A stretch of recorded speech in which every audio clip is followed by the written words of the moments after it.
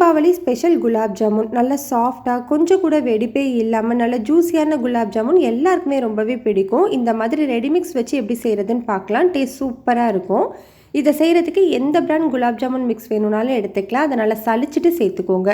இது கூடவே நெய் சேர்த்து நல்லா மிக்ஸ் பண்ணதுக்கப்புறமா காய்ச்சி ஆற வச்ச பாலை கொஞ்சம் கொஞ்சமாக சேர்த்து மாவை நல்லா சாஃப்டாக பிசைஞ்சுக்கணும்.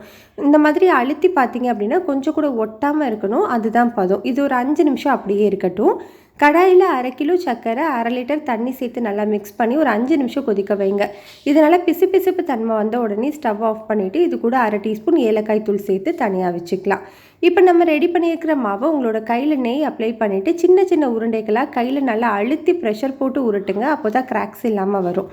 இதே மாதிரி எல்லாத்தையுமே செஞ்சு எடுத்துக்கணும்.